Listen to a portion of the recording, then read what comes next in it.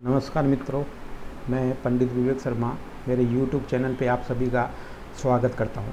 कुंडली फलित के ऊपर ये मेरा दूसरा वीडियो है और पहले वीडियो को लोगों ने बहुत सराहा है। मुझे फेसबुक और व्हाट्सएप के माध्यम से बहुत सारे लोगों ने मैसेज किया है। मेरे इस चैनल को लाइक और सब्सक्राइब कीजिए और अपने दोस्तों के साथ में शेयर कीजिए।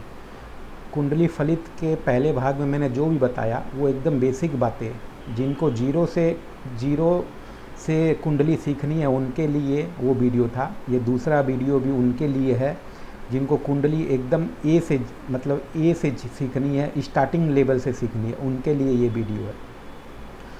तो चलिए आइए शुरुआत करते हैं। उस दिन मैंने 12 राशियाँ और 12 राशियों के 9 ग्रह जो स्वामी हैं उनके बारे में और 12 भावों के बारे में बतलाया। इतना तो आप लोग को समझ में आ गया होगा।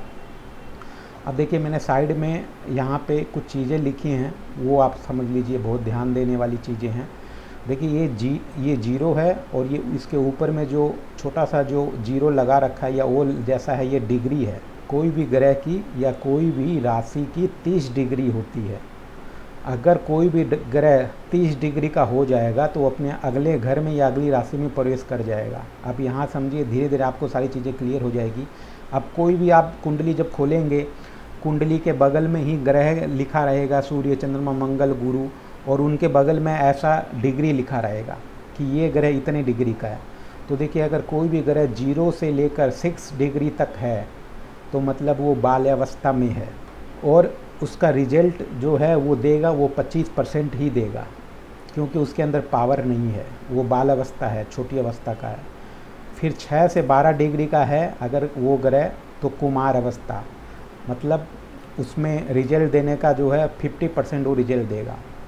सबसे ज़्यादा कोई भी ग्रह 12 से 18 डिग्री में जो है पावरफुल रहता है। कोई भी ग्रह, चाहे वो पापी ग्रह हो चाहे वो शुभ ग्रह हो, वो 12 से 18 डिग्री में बहुत पावरफुल रहता है। तो 12 से 18 डिग्री मतलब युवा अवस्था में रहता है वो, और उस समय उसका 100% वो रिजल्ट देगा अपना। फिर 18 से 24 डिग्री में वो फिर वृद्धावस्था में आ जाएगा, उसका रिजल्ट देने का जो फल है वो 50% हो जाएगा। फिर 24 से 30 डिग्री में वो मृतावस्था में आ जाएगा, मतलब कि उसका 25% वो फल देगा। ये चीज़ आपको समझनी ज़रूरी है।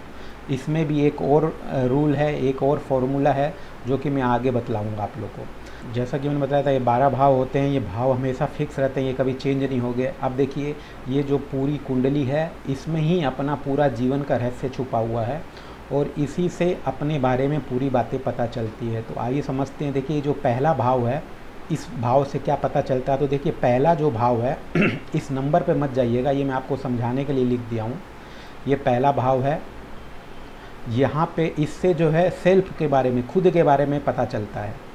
आपका खुद का रंग, रूप, आकार, आपकी हाइट, आपके संघर्ष करने की क्षमता, ये सब दिखाता है। चरित्र, स्वभाव, रूप, ज्ञान, विनम्रता, ये सब चीज़ें इससे पता चलती है, क्योंकि आपके खुद का सेल्फ का हाउस है। अब दूसरे भाव से क्या पता चलेगा। दूसरे भाव से आप इस भाव को तन भाव या लगन भाव बोलते हैं, तनु भाव। जैसे आप समझेंगे, तन का मतलब ही बॉडी, शरीर होती है। तो पहले भाव से अपने खुद के शरीर के बारे में पता चलता है। अब ये दूसरा भाव, इसको कुटुंब भाव और वाणी भाव भी बोलेंगे। तो दूसरे भाव से आप कुटुंब, आपका परिवार, वाणी, बोलने की कला, कैसा बोलेंगे आप, मीठा बोलेंगे या कड़वा बोलेंगे या गुस्सेल हैं आप, वो पता चलता है। सत्य, असत्य, कड़वा बोलने वाले, और बैंक बैलेंस कितना है, जमा पूंजी कितना है, और आपके खाने के क्या शौक़ हैं, आपको कैसा खाना पसंद है, वो इस सेकंड भाव से पता चलता है। दाहिनी आँख के बारे में भी इसी भाव से पता चलता है। अब ये तीसरा भाव जो है, इसको बोलते हैं पराक्रम भाव, पराक्रम हाउस या पराक्रम का घर। इससे आपका संघर्ष करने की शक्ति, आपके छोटे भाई बहन का भी ये घर है। आपकी लेखन कला, आपकी हैंड राइटिंग कैसी होगी, ये तीसरे भाव से पता चलता है। ये घर अधिक मेहनत भी करवाता है, क्योंकि त्रिसडाय भाव भी है। ये त्रिसडाय भाव क्या होता है वो भी मैं आपको अगले वीडियो में बताऊंगा। ये स्वयं या खुद का पराक्रम, गुप्त शत्रु, और गले, श्वास नली, इसका भी भाव है ये। अभी चौथा भाव जो है, ये सुख भाव बोलते हैं इसको। सुख भाव इस भाव से अपनी माता, भवन, घर, मकान, वाहन, भूमि, अचल चल संपत्ति, गड़ा हुआ धन, फेफड़े, छाती का ऊपरी भाग, हृदय का ऊपरी भाग, जनता का भाव, कम्युनिकेशन लोगों के साथ में, उसका भाव भी ये चतुर्थ भाव है। इसके सुख भाव भी बोलते हैं। अब ये पंचम भाव जो है इसको अपने स्टडी का या शिक्षा का भाव बोलेंगे। इससे ये संतान भाव भी है, तो इससे आपको संतान, बुद्धि, विद्या, यश, धर्म, ननिहाल, हृदय के रोग, छाती का निचला हिस्सा, मनोरंजन, प्यार, मोहब्बत, इंटरटेनमेंट, ये सब चीज़ें पंचम भाव से पता चलती है। ये छठवां भाव जो है, ये छठवें भाव जो है इसको अपने रोग, ऋण, रिपु, शत्रु बोलते हैं। ये रोग का भाव है, कर्ज का भाव है, शत्रुओं का भाव है। इससे अपने को शत्रुओं के बारे में चिंता, रोग, ऋण या कर्ज आपके ऊपर कितना होगा, मुकदमेबाजी, कोर्ट कचहरी, उदर मतलब पेट के ऊपरी भाग, अपयश, शोक, दुख का भाव है। ये मामा का भी भाव है, अगर आपके खुद के मामा जी कितने मामा है और उनकी स्थिति कैसी है, उसका भी इस भाव से पता चलता है। अब ये सप्तम भाव है, सप्तम भाव को अपने पत्नी भाव से भी देखते हैं। इस सप्तम भाव से जीवन साथी, काम वासना, विवाह, दैनिक इनकम, डेली इनकम, मृत्यु, जननेंद्रिय, प्रत्यक्ष शत्रु, पार्टनरशिप और योनि, लिंग आदि का पता चलता सप्तम भाव से। फिर ये अष्टम भाव है, इसे अपने मृत्यु का भाव भी या आयु का भाव भी बोलते हैं। इससे अपने को जीवन, मृत्यु, अचानक से धन लाभ, विदेश यात्रा, अचानक से जीवन में बदलाव होना, दुर्घटना, असाध्य रोग होना, मंत्र, तंत्र, गुप्त विद्या, ज्योतिष में रुचि, उदर, पेट के निचले भाग से संबंधित रोगों के बारे में अष्टम भाव से पता चलता है। अब नवम भाव, ये भाग्य भाव भी बोला जाता है। इससे भाग्य, धर्म, तीर्थ यात्रा, यश, साला साली, दूर देश की यात्रा, संन्यास लेना, उच्च शिक्षा, गुरु, आचार्यों के बारे में पता चलता है। देखिए ये जो है यहाँ पे एक चीज़ समझ लीजिए, ये स्टडी का हाउस है। यहाँ से पांचवा भाव 1 2 3 4 5 ये हायर एजुकेशन का भाव भी है, उच्च शिक्षा का। तो ये नवम भाव के बारे में हो गया। ये दसम भाव हो गया। दसम भाव इसे कर्म भाव भी बोलते हैं।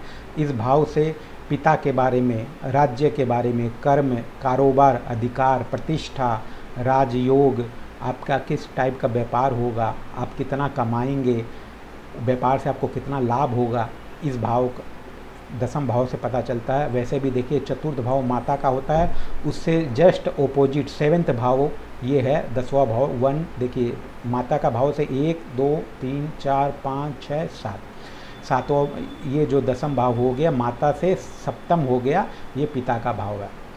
उसके बाद में देखिए ये एकादश भाव है, ये आमदनी का, आय का भाव भी है। इससे अपने आय, लाभ, जीवन में उपलब्धियाँ, मनोकामनाओं की पूर्ति, आपके बड़े भाई बहन, पुत्र वधू मतलब आपके बेटे की वाइफ मतलब आपकी बहू, और कान के बारे में भी पता चलता है। तो ये आपके पुत्र का घर है, और यहाँ से जस्ट ओपोजिट मतलब सेवेंथ हाउस, यहाँ से सातवां भाव आपके पुत्र वधू का भी है। और ये लास्ट में ये 12वां भाव है, इसे अपने 12वां भाव व्यय भाव बोलेंगे, व्यय भाव भी है ये। और ये मोक्ष भाव भी है, मोक्ष है। अगर किसी आदमी को मोक्ष पाना है तो इसी भाव से देखेंगे कि उसको इस जन्म में मोक्ष मिलेगा या नहीं मिलेगा। सैया सुख, आपका और आपकी पत्नी का कैसा सुख है वो इस भाव से पता चलेगा। विदेश यात्रा, अस्पताल में भर्ती, मुकदमेबाजी, बायां नेत्र, बाईं आँख भी इसी से पता चलता, दाहिनी आँख ये है और बाईं आँख ये है। जेल यात्रा, मुकदमेबाजी, ये सब इन 12 भाव से पता चलता है। तो इस तरह से आप 12 भावों के बारे में समझ गए। किताबों में देखिए हर भाव का बहुत ज़्यादा क्लियरिफिकेशन लिखा हुआ, बहुत सारी चीज़ें लिखी है, आपको किताबों से पढ़ना पड़ेगा। एक एक भाव के, आप विश्वास करें या नहीं करें, एक एक भाव के 200 300 500 कारक चीज़ें लिखी हुई हैं। तो ये चीज़ें आपको और डिटेल धीरे धीरे पढ़नी पड़ेगी किताबों से। बाकी मैं चेष्टा करूँगा कि और एक वीडियो में पूरा डिटेल समझा सकूँ, लेकिन जो बेसिक चीज़ें हैं ये आपको क्लियर होनी ज़रूरी है। फिर आप जितनी गहराई में जाएंगे उतने आपको नॉलेज होते चला जाएगा। अच्छा, अब जो है ये आपने 12 राशि, 12 9 ग्रह, 12 भाव, ये बाल अवस्था, कुमार अवस्था, ये सब समझ गए। एक चीज़ आप यहाँ पे और नोट कर लीजिए कि ये 12 भाव के कुछ हर भाव के एक ग्रह है कारक होते हैं। कारक का मतलब ये समझ लीजिए कि उस भाव पर, उस भाव या घर या उस हाउस पे उस ग्रह का अधिकार हमेशा रहता है। वो चीज़ आपको समझनी बहुत ज़्यादा ज़रूरी है। अब देखिए, जैसे ये पहला भाव है, तो इस भाव का जो कारक ग्रह है वो सूर्य है।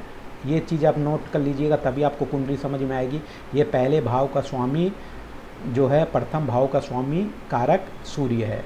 द्वितीय भाव का गुरु है, और बहुत सारे ज्योतिष बुध को भी बोलते हैं, क्योंकि वाणी का भाव भी है इसलिए बुध का भी है, बोला जाता है, लेकिन बहुत जन सिर्फ गुरु को ही मानते हैं, बृहस्पति को। ये तीसरे भाव का कारक मंगल है, लेकिन बहुत जन शनि को भी मानते हैं, लेकिन मेरे नज़र में मंगल ही माना गया है, क्योंकि मंगल भाई बहन का भी कारक है, इसलिए तृतीय भाव का कारक है।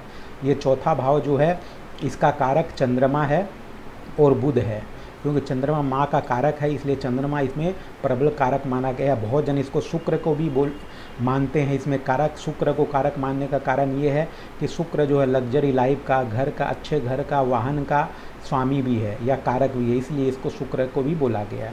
पंचम भाव जो है, पंचम भाव में ये पढ़ाई का भाव है, इसलिए यहाँ पे सिर्फ गुरु बृहस्पति को ही कारक माना गया है। ये छठवां भाव है, यहाँ पे मंगल शनि दोनों ही कारक है। बहुत पंडित लोग बुध को भी कारक मानते हैं। उसका एक रीज़न ये हो सकता है कि यहाँ पे नंबर 6 लिखा हुआ है, तो 6 नंबर कन्या राशि बुध की राशि है इसलिए, और यहाँ पे कन्या बुध को भी जो है कारक माना गया है, लेकिन मेरी नज़र में सिर्फ मंगल और शनि इस भाव के कारक है। सप्तम भाव पत्नी का भाव भी होता है, इसलिए यहाँ पे शुक्र को कारक माना गया है। अष्टम भाव आयु का होता है, इसलिए यहाँ पे शनि कारक होता है। नवम भाव में जो है सूर्य और गुरु कारक माने गए हैं। दसम भाव में गुरु, शनि, बुध और सूर्य, ये 4 ग्रह जो है दसम भाव के कारक है। एकादश भाव के कारक ग्रह गुरु हैं, और द्वादश भाव जो है उसको शनि और शुक्र दोनों कारक माने गए हैं। तो अब देखेंगे 12 भाव में गुरु को सबसे ज़्यादा घर मिले हैं, भाव मिले हैं। एक तो ये भाव, और एक ये भाव, एक नवम भाव, एक दसम भाव, एक एकादश भाव। तो आप ये समझिए कि कुंडली में गुरु को 5 भाव कारक मिले हैं, 5 भाव में वो कारक है। इसका मतलब कुंडली में आपके बृहस्पति का स्ट्रॉन्ग होना बहुत ज़्यादा ज़रूरी है, तभी ये। और मेन जो भाव हैं, जैसे ये धन भाव है, कुटुंब भाव है, सुख, ये धन का भाव है, यहाँ पे गुरु को इसका अधिकार दिया गया है। शिक्षा का अधिकार दिया गया है, भाग्य का अधिकार दिया गया है, कर्म का अधिकार दिया गया है, और एकादश आमदनी के भाव को दिया गया है। मतलब बृहस्पति सबसे ज़्यादा भावों के कारक है। तो आज इस वीडियो में मैं इतना ही समझाऊंगा। मेरा ये वीडियो आप लोग को कैसा लगा वो आप मुझे ज़रूर कमेंट में या मुझे व्हाट्सअप या फेसबुक के थ्रू ज़रूर बताइएगा, और मेरे इस वीडियो को लाइक और सब्सक्राइब कीजिए।